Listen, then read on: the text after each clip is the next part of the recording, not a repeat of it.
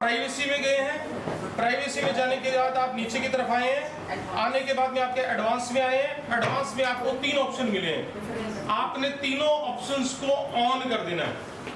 तीनों ऑप्शंस को ऑन कर देना है। इससे होगा क्या, आपके व्हाट्सएप पूर्ण रूप से सिक्योर हो जाएगा। यानी कि आपको व्हाट्सएप की चिंता, सबसे पहला स्टेप तो है स्टेप वेरिफिकेशन, वो हो जाएगा इंडिविजुअल व्यक्ति के लिए। जैसे आधार कार्ड है तो एक आदमी का एक ही होगा ना। अब 2 स्टेप वेरिफिकेशन हो गया। आपका व्हाट्सएप किसी ने हैक कर लिया, कोई व्हाट्सएप आपका यूज करना चाहेगा, आपसे पिन मांगेगा, पिन तो आपके पास है, कैसे लाओगे? ठीक है, पिन के बिना वो आपके व्हाट्सएप को नहीं चला पाएगा। तो आप व्हाट्सएप की तरफ से बिल्कुल सिक्योर हो गए कि मैंने 2 स्टेप वेरिफिकेशन किया एक बार। दूसरी बात आपने क्या किया, यहां से आके इन ऑप्शंस को आपने ऑन कर दिया। ऑन करने से क्या होगा, आपके पास व्हाट्सएप के किसी प्रकार के अननोन अकाउंट के मैसेज आएंगे ही नहीं। तो मैसेज ही नहीं आएंगे तो प्रॉब्लम सॉल्व होगी। उसके बाद प्रोडक्ट आईपी एड्रेस, जो आपके पास आईपी एड्रेस है, जो हर फोन का एक आईपी एड्रेस होता है। कोई भी व्यक्ति इंग्लिश कैसे करती है, ऐसे तो कोई कुछ भी कर लेगा। तो एक क्या होता है, आईपी एड्रेस होता है। उस आईपी एड्रेस को लेकर के हम लोग चलते हैं। तो जो आपका आईपी एड्रेस है वो दूसरे व्यक्ति को दिखना बंद हो जाएगा। तो जब आपका आईपी एड्रेस नहीं मिलेगा तो वो कुछ भी करना चाहेगा तो वो नहीं कर पाएगा। ऐसे ही डिसेबल लिंक प्रीव्यू, आपके पास कोई भी इस प्रकार का लिंक है जो सही नहीं है, जो आपकी जानकारियों को ले सकता है, वो डिसेबल हो जाएगा, आपके पास आएगा। ठीक है, तो इस प्रकार से आप अपने व्हाट्सएप को 2 तरीके हैं इस प्रकार से सिक्योर कर सकते हैं। अब आप बैक आ जाइए और नीचे की तरफ आइए। इसको नीचे की तरफ आइए। आप नीचे तरफ आकर के आपको मिलेगा स्टोरेज एंड डाटा। किस में आ गए आप बैक में आ गए, यानी कि 3 डॉट पे क्लिक करने के बाद जो सेटिंग ऑप्शन आया था ना, उसके अंदर आप सीधे जाएंगे तो storage and data, storage and data, उस पर आप क्लिक कीजिए। जैसे आप क्लिक करेंगे नीचे की तरफ जाएंगे तो इसमें 3 ऑप्शन मिलेंगे आपको। When using mobile data, when connected on mobile data, when roaming on mobile data, मतलब 3 प्रकार के ऑप्शन है। आप वाईफाई में हो, आप रोमिंग में हो, या आप नेट पर हो। इसके अंदर तीनों पे जब आप क्लिक करेंगे नीचे की एक तरफ, तो इस प्रकार से सिंबल आएंगे, फोटो, वीडियो, ऑडियो और डॉक्यूमेंट। इन तीनों चीजों को यदि आपके मोबाइल में ऑन है तो उनको ऑफ कर दीजिए। मींस आपके पास दिन में गुड मॉर्निंग आता है सुबह सुबह, फिर आपके पास वीडियो आता है, आप नहीं चाहते हैं कि ये वीडियो मैं देखूं, लेकिन वो वीडियो ऑटोमेटिक आपको दिखाई दे जाता है। आपकी इच्छा के विरुद्ध वो वीडियो जैसे ही आएगा चल जाएगा। कोई भी कुछ चीज भेजेगा आपके पास, वो निकल जाएगी और आपके पास सामने आ जाएगी डायरेक्ट, आपकी परमिशन के बिना। तो आपने क्या करना है, स्टोरेज के अंदर जाकर के इन तीनों प्रकार के ऑप्शंस के अंदर ये जो आ रहा है, फोटो, ऑडियो, वीडियो, डॉक्यूमेंट, ये जो 4 ऑप्शन आ रहे हैं, इनको आप डिसेबल कर देंगे। डिसेबल मींस यदि हम चाहें, यानी कि मेरे पास में यदि कोई मैसेज आता है या वीडियो आता है, अगर मेरी इच्छा है तो मैं उस पर क्लिक करूं, देखें। अदरवाइज आप वीडियो नहीं देखना चाहते तो जब तक आप क्लिक नहीं करेंगे तब तक वो वीडियो नहीं चलेगा। तो आप प्रोटेक्ट हो गए। हाँ जी, इनके हटा दो। हाँ, इन सब चीजों को हटा दीजिए अगर ये टिक है तो। ठीक है जी, अब टिक नहीं है तो ऑलरेडी आप सिक्योर है। ऑलरेडी ऑफ है। हाँ जी, ऑलरेडी ऑफ है तो कोई दिक्कत नहीं। ठीक है, ये हटा दो बस। इसके ऊपर जो मार्क लगा हुआ है ना ग्रीन, नहीं है, डॉक्यूमेंट को हटा दो, सारी ऑफ पड़े हैं। ठीक है, पहले ऑफ है तो बात अलग है, नहीं है तो आप हटा दें। उससे आप क्या होंगे, अनवांटेड चीजों, एक फायदा और हो जाएगा। 4 दिनों बाद पता चलता है कि मोबाइल में तो सारा फुल हो गया, अपने तो कुछ किया ही नहीं, सारा मोबाइल तो डाटा से स्टोरेज तो सारा फुल हो गया, अब क्या करें? तो आपके पास जब ये ऑप्शंस को यूज करेंगे तो ऑटोमेटिकली आपका जो मोबाइल है उसकी स्टोरेज पावर बढ़ जाएगी, आपका स्टोरेज आपके पास पड़ा रहेगा। अनवांटेड जो वीडियोस और मैसेज है वो आपका स्टोरेज नहीं घेरेंगे। ये एक बेनिफिट आपको और मिल जाएगा। तो आपने 4 मिनट में, 5 मिनट में किस चीज को सिक्योर किया? व्हाट्सएप। ठीक है सर, ये फोटो वाला जो भी आप बता रहे थे, अरे नहीं, वाईफाई पे गैलरी में जाएगा हाँ। ठीक है, उसके अंदर हटा दीजिए फोटो, वाईफाई वाले में हटा दीजिए। नहीं जिससे ऑटोमेटिक डाउनलोड बंद हो जाएगा आपका। आप ये ऑप्शन पे डाल मैं किसने क्लिक किया तो राइट से ये आ रहा है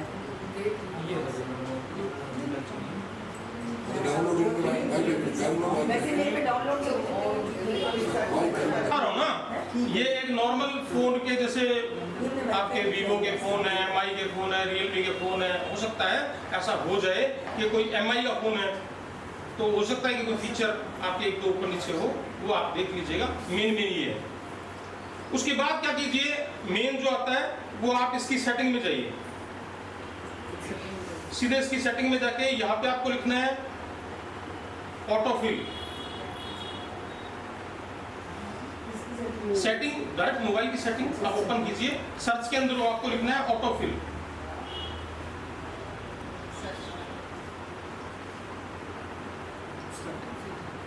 ऑटोफिल सर्विस है, इसके अंदर ऑटोफिल पे क्लिक कर लेना। ऑटोफिल आ गया, ऑटोफिल पासवर्ड आ गया। हाँ, ऑटोफिल आ गया ना आपके पास। ऑटोफिल भी गूगल में आ जाइए और प्रेफरेंस नाम से एक ऑप्शन होगा, उसमें चले जाइए। पासवर्ड में जाएंगे, ऑटोफिल पासवर्ड। हाँ जी पासवर्ड। अब गूगल में हाँ, जैसे आप जाएंगे उसमें लिखा हुआ preference, Google account, personal information, password, Google पे, प्रेफरेंस नाम से एक ऑप्शन होगा। प्रेफरेंस में आप जैसे ही क्लिक करेंगे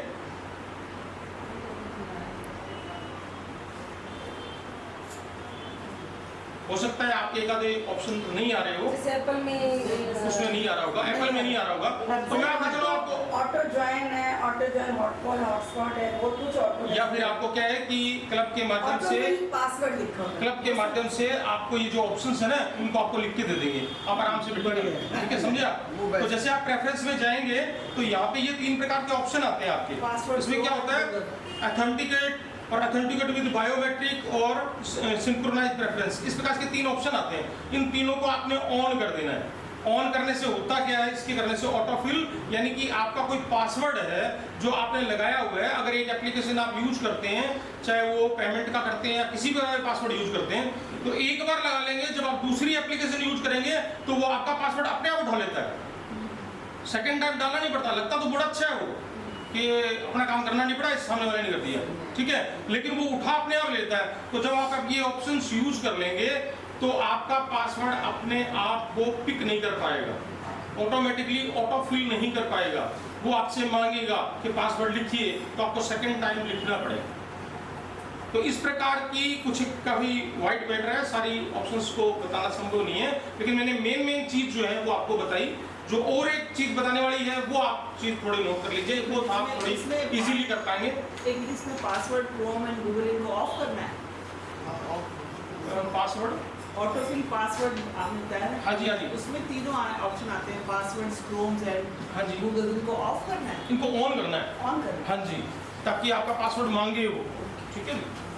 अच्छा, उसके बाद में एक आपसे रिलेटेड जो चीज़ है वो मैं आपको बताना चाहता हूँ कि मान लीजिए कोई महिला है और उसके साथ में इस प्रकार की घटना होती है कि आपको पता नहीं चलता है और आपको शायद पता भी नहीं होगा कि जितनी भी फोटोज आपने अपने फ़ोन के अंदर सेव कर रखी है वो सारी फोटो लीक है, वो सारी की सारी फोटो। इस वहम में कोई ना रहे कि जो मेरे फोटो जो मेरे फ़ोन में है वो मैंने लॉकिंग कर रखी है और पासवर्ड लगा रखे हैं, अब वो दुनिया में कहीं नहीं है, ऐसा नहीं है, वो सारी फोटो जा चुकी है, ठीक है। तो आप जब भी सोशल मीडिया का यूज करें तो थोड़ा सा सोच लें कि जो आप उसमें डाल रहे हैं या जो उसमें कैप्चर कर रहे हैं, कोई इस प्रकार की चीज़ें आप ना रखें जो बाद में आपके लिए परेशानी पैदा करें।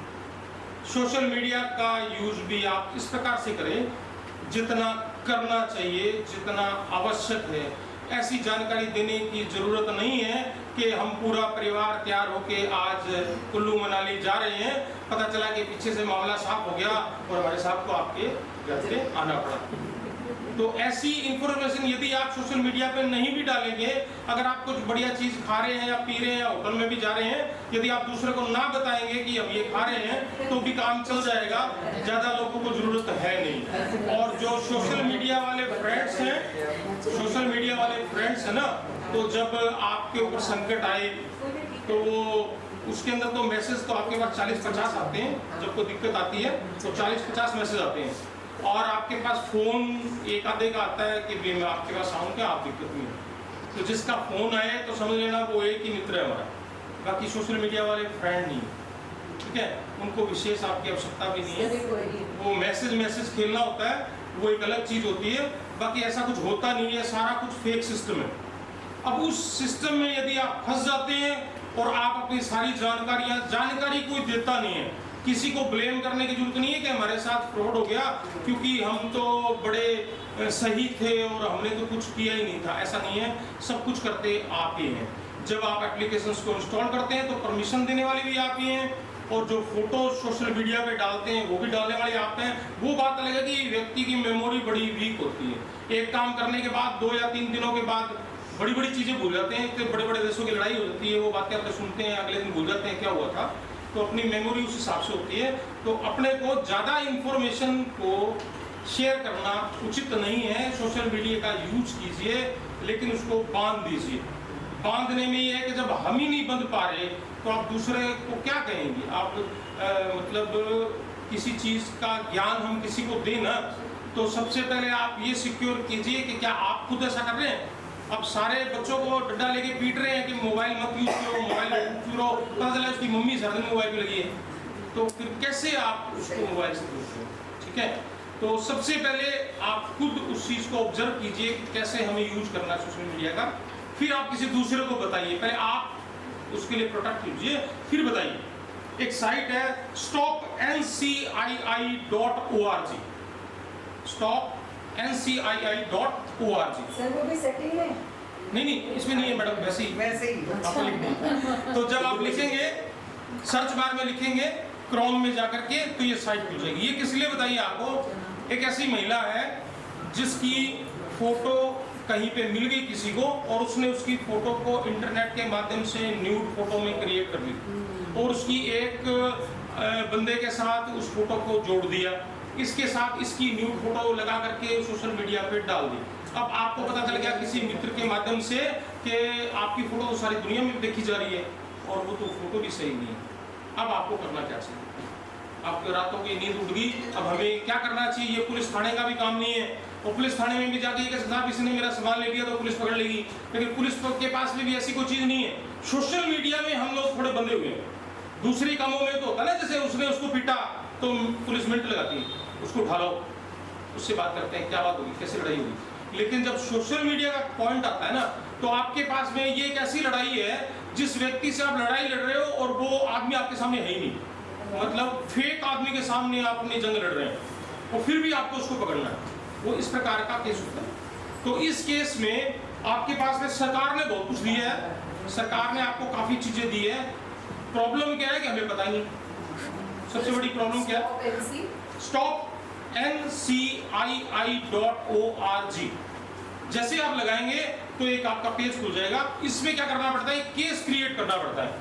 भाई मेरी फोटो थी, मैं पब्लिक प्लेस में हूँ कि मैं घर में हूँ, क्या पोजीशन है, और उस वक्त आपके साथ हुआ क्या है, मेरी फोटो खींची गई है, किसी दूसरे पर्सन के साथ खींची गई है, न्यूड फोटो लगाई है कि नॉर्मल फोटो लगाई है, कि आपको आपत्ति है कि नहीं है, वो आपसे पूछता जाएगा, आप डालते जाओ। इंफॉर्मेशन की चिंता करने की जरूरत नहीं है। लास्ट में जाके एक ऐसा पॉइंट आएगा जब आपको वो कहेगा कि वो न्यूड फोटो भी अपलोड कर दो, तो वो न्यूड वाली फोटो भी उसमें अपलोड कर दो। हमारे दिमाग में क्या आता है कि ये वाली तो फोटो, इसी की तो लड़ाई हो रही थी और यही फोटो अपलोड करने के लिए कह रहे हैं, तो ये वो ज़्यादा वायरल हो जाएगी। ऐसा नहीं होता है।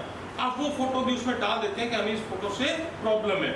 जब वो फोटो सबमिट कर देते हैं तो वहाँ जो सेंटर टीम में बैठे वो करते क्या है, आपकी वो जो फोटो होती है उसकी एक हैश वैल्यू निकल जाती है, और उस हैश वैल्यू को इंटरनेट पे वायरल होने से रोक देते हैं। जितनी हो गई वो हो चुकी। जब कोई दूसरा व्यक्ति उस फोटो को डालेगा तो वो इंटरनेट पे खुलेगी नहीं, तो रोक दिया ना उसने, आपकी जो प्रॉब्लम थी वो सॉल्व हो गई।